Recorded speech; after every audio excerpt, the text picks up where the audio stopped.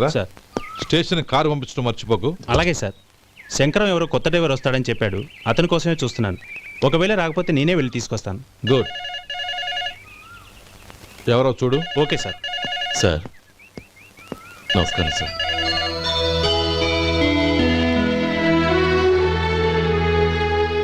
నువ్వు గోపాలరావు తమ్ముడు కదూ? అవునండి. నేను ఆ రోజే మీ అన్నయ్యతో చెప్పానే, పెళ్లి విషయంలో నా నిర్ణయం మారదని. ఎందుకు వచ్చావు? నేను అందుకు రాలేదండి. మీకు డ్రైవర్ కావాలని శంకరం బాబు చెప్పారు. ఆ పని కోసం వచ్చాను. ఓ ఐ సీ. లైసెన్స్ ఉందా? ఉందండి. ఓకే. ఆ కార్ తీసుకుని స్టేషన్కి వెళ్ళు. నీ కూడా మా పిఏ వస్తాడు. అలాగే సార్. ఇంకో విషయం, నువ్వు ఎవరివి ఏమిటన్నది ఎట్టి పరిస్థితుల్లోనూ మా అమ్మాయికి తెలియకూడదు. అర్థమైందా? అలాగే సార్. వెళ్ళు.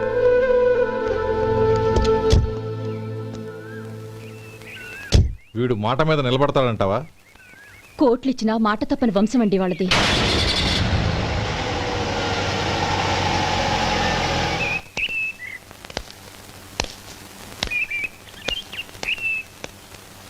నానమ్మ బియ్యం అక్కడలేవే, ఇక్కడ ఉన్నాయి. ఆ మాత్రం నాకు తెలీదా? కింద పడ్డ బియ్యాన్ని ఏరుతున్నాలే. అవును, పొద్దెక్కింది. మీకు భోజనాలు వడ్డించేయమంటారా? సుబ్బారావు గారి దారిలో కనిపించారు నానమ్మ. ఆయన భోజనానికి పిలిచాను. ఆయన వచ్చాక అందరం కలిసి భోజనం చేస్తాం. అలాగేలే. అమ్మా రండి బాబు రండి, మీకోసమే ఎదురు చూస్తున్నాను. ఏమిటి బాబు ఆలోచిస్తున్నారు? ఇది మీ సొంత ఇల్లు అనుకోండి. రండి బాబు రండి రండి. అదేంటమ్మా అడుక్కునే లోపల తీసుకొచ్చావు? ఎవరు అడుక్కునేవాడు? ఆయన మన అతిథి. అతిథికి సేవ చేసుకోవడం ఎంతో పుణ్యం. అతిథి దేవో భవ అన్నారు. ఎప్పుడు వినలేదా? నీకు ఇష్టం లేకపోతే చెప్పు, పంపించేస్తాను.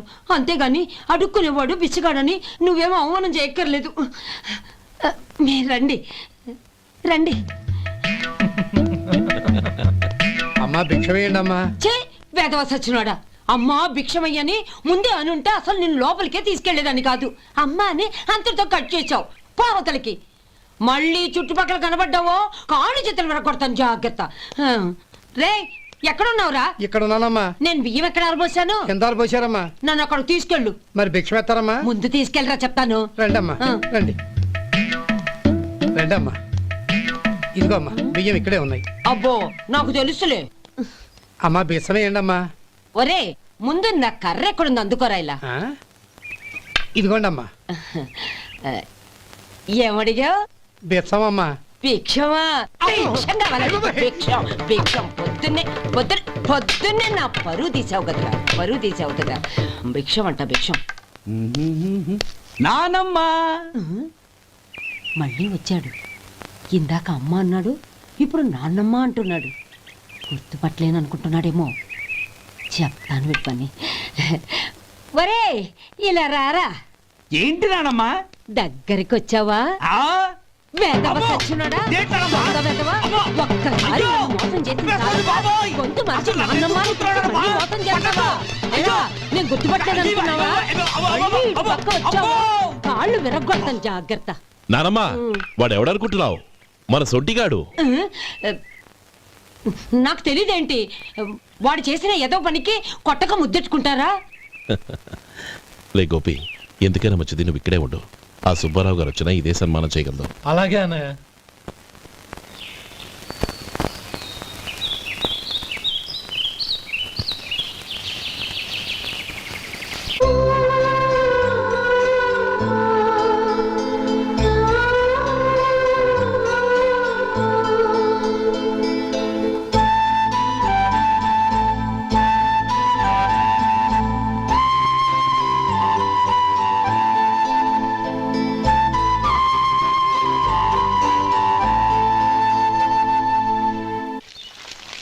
శంకరయ్య అమ్మా నాకు కాస్త తలనొప్పిగా ఉంది. వంట ఆవిడకి చెప్పి స్ట్రాంగ్ గా కాఫీ పంపించు. అలాగేనమ్మా. గౌరీ గౌరీ, ఈ సొంటి కాఫీ తాగు, తలనొప్పి తగ్గిపోతుంది. బాబాయ్ ఆ? కాఫీ నేను చెప్తాను, మీరు వెళ్ళి పని చూసుకోండి. అలాగే బాబు.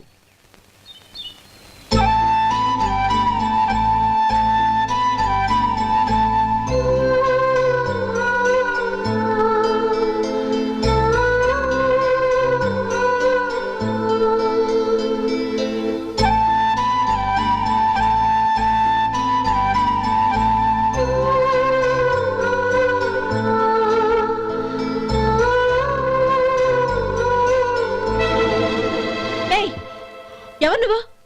నేను కొత్తగా వచ్చిన డ్రైవర్ని. మీరు కాఫీ కావాలన్నారంట, తీసుకొచ్చాను. బుద్ధి జ్ఞానం లేదు. లోపలికి వచ్చేటప్పుడు తలుపు కొట్టి రావాలని తెలీదు. క్షమించండి, పొరపాటు అయిపోయింది. సరే సరే, అక్కడ పెట్టేళ్ళు.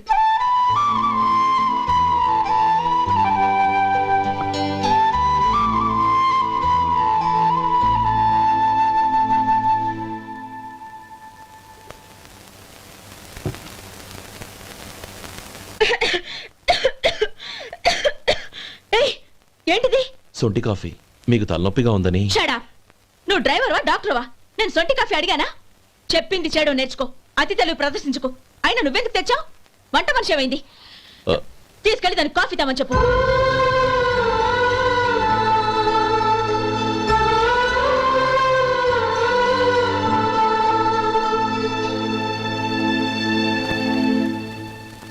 ఏమయ్యా మసాలా వాడు ఉందా? లేవు. పొద్దున్న 500 వడలేసాం. కాలేజీలో స్ట్రైక్ అని తీసుకెళ్లారు. కాలేజీ స్ట్రైక్ కి మసాలా వాడికి సంబంధం ఏంటి? కొట్టారంటే తల పగలొద్దు. మా హోటల్ వడలంత స్ట్రాంగ్. ఒకే ఒక వడుంది, తెమ్మంటావా? అమ్మో వద్దు, దోశ చాలు. బతికిపోయాడు.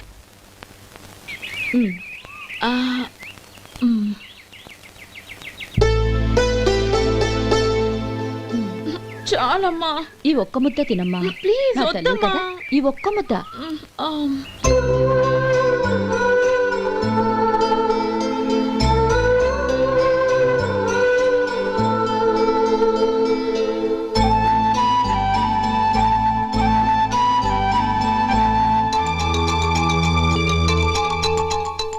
ఈ డ్రైవర్ని చూస్తుంటే నా కొళ్ళు మండిపోతుంది.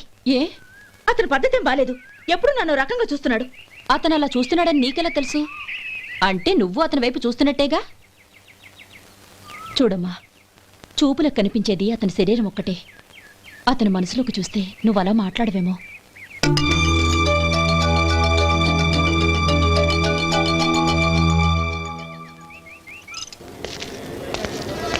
నమస్తే పెద్దాయనా.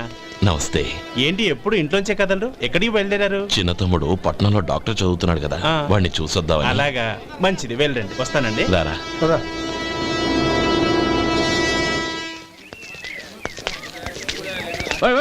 ఆగండి ఆగండి, ఎక్కడికి? లోపలికయ్యా. చేతులు ఏంటి ఇవన్నీ? జంతికలు, చెకోడీలు, లడ్డూలు. ఏంటయ్యా ఇవి అమ్ముకోవడానికి ఇదేమో టూరింగ్ ట్యాక్స్ అనుకున్నావా? మెడికల్ కాలేజ్, వెళ్ళండి వెళ్ళండి. అది కాదు బాబు, ఈయన తమ్ముడు ఈ కాలేజీలో చదువుతున్నాడు. ఓహో, ఈయన గారు తమ్ముడు ఈ కాలేజీలో చదువుతున్నా అంటే మీరు నమ్మాలి. ఎవయ్యా మీకు ఎలా కనపడుతున్నాను నేను? వెళ్ళండి వెళ్ళండి. అది కాదయ్యా, నేను చెప్పేది కాలుస్తుందయ్యా. తప్పండి తప్పండి. నమస్కారం సార్. ప్రోగ్రామ్ స్టార్ట్ అయిందా? ఇంకా కాలేజ్ కదా, నేను చూసుకుంటాను కదా, నువ్వు రా. అందరూ వచ్చారు సార్. కానీ ఇంకా ఎంత ప్రోగ్రామ్ స్టార్ట్ అవ్వాలి?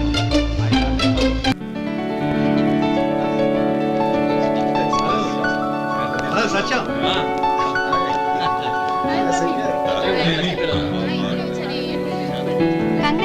Thank you so much. రే శేఖర్, కంగ్రాట్స్ రా, అద్దరు కొట్టే సార్. రే గోపాలం, నీ తమ్ముడిని అందరూ పొగుడుతున్నారా? ఒకవేళ ఫస్ట్ క్లాస్ వచ్చిందేమో. మరి ఊరికే పొగుడతారా? నా తమ్ముడంటే ఏమనుకున్నావు? శేఖర్, మా డాడీ రా, కమిషనర్ ఆఫ్ పోలీస్. నమస్కారం. నా friend Shekhar. Congratulations my boy. Thank you sir. ముందుకెళ్దాం పదరా. లేదే, వద్దురా. ఏ తమ్ముడు డాక్టర్ చదవడం మనకి గర్వంగా ఉండొచ్చు, కానీ ఈ పల్లెటూరుని తన అన్నయ్య అని చెప్పుకోవడానికి వాడికి ఇబ్బందిగా ఉంటుంది. పైగా వాడి చుట్టూ పెద్ద పెద్దోళ్ళంతా ఉన్నారు. ఇలా దూరం నుంచే చూద్దాం. డియర్ స్టూడెంట్స్, మన కాలేజీ రజతోత్సవం జరుపుకునే ఈ సందర్భంలో మన కాలేజీ అంతా గర్వపడే విషయం, మీరందరూ ఆనందించే విషయం ఒకటి చెప్తాను వినండి.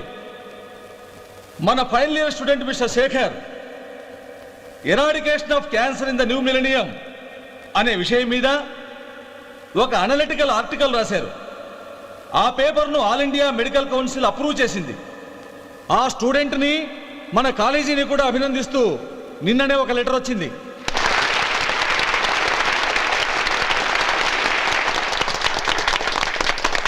ఇంతటి చిన్న వయసులో ఇటువంటి అద్భుతమైన పేపర్ను సమర్పించిన మిస్టర్ శేఖర్ను అభినందిస్తూ మీ తరపున మన కాలేజీ తరపున గోల్డ్ మెడల్తో సత్కరించాలని నిర్ణయించాం.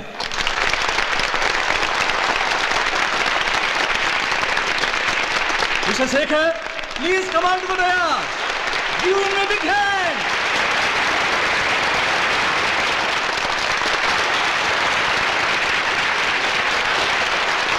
Congrats my boy. Thank you sir.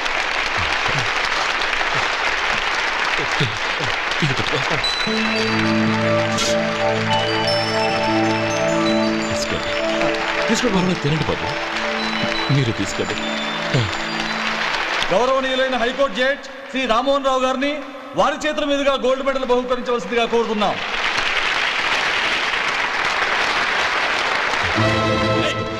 మిమ్మల్ని లోపల రావద్దంటే నాకు కళ్ళు కప్పి లోపలికి వస్తారా? పోయింది బయటికి. అది కాదు బాబు, ఒక్క నిమిషం చూసి వచ్చేస్తాం. అమ్మిని చాలవా? నడవండి బయటికి. రమ్మడం కాదు.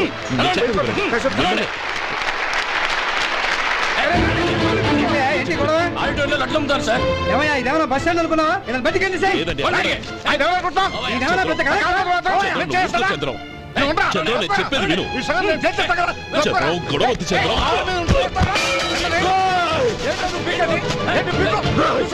ఎంత పొగరా నీకు? మా అన్నయ్య మీద చేయిస్తావా? నిన్ను నిన్ను ప్రాణాలు తీస్తాను. నేను చెప్పేది విను. చంపేస్తాను. గొడవ వద్దు శేఖర్, నా మాట వినరా. నువ్వు అన్నయ్య. నేనా? డియర్ స్టూడెంట్స్, నేనేదో గొప్పగా సాధించానని నన్ను అందరూ ప్రశంసించారు. ఈ ప్రశంసలన్నిటికీ కారణం నేను కాదు, ఈయన మా అన్నయ్య. మా అన్నయ్య కనుక నన్ను కష్టపడి చదివించుండకపోతే నేను ఈ పాటికి ఏ పల్లెటూళ్ళలోనూ గేదెలు కాసుకుంటూ ఉండేవాడిని. ఈయన ముతక బట్టలు చూసే కదా అవమానించారు. ఈ రోజు నేను ఈ స్థితిలో ఉన్నానంటే కారణం ఈ ముతక బట్టలే. నేను తెల్ల కోటు వేసుకుని డాక్టర్ని కావాలని ఈయన కాడి కట్టి దుక్కి దున్ని తన జీవితాన్నంతా బురదలో గడిపాను. డియర్ ఫ్రెండ్స్, నా తల్లిదండ్రులు నేను చూడలేదు. అటువంటి నాకు ఒక తల్లై తండ్రి పెంచి పెద్ద చేసి నాకు జీవితాన్ని ఇచ్చిన మహానుభావుడు మా అన్నయ్య. నాకు వేరే దేవుడు లేడు, మా అన్నయ్య నాకు దేవుడు. నాకు దొరికినట్టు మా అన్నయ్య లాంటి బంగారు అన్నయ్య ఈయనకి లేడు. అలా ఉండుంటే ఈయన కూడా ఎన్నో సాధించేవారు. మీ అందరిలాగా సౌటు బుట్టు వేసుకుని ఇక్కడికి వచ్చిండే శేఖర్, శేఖర్, అన్నయ్య.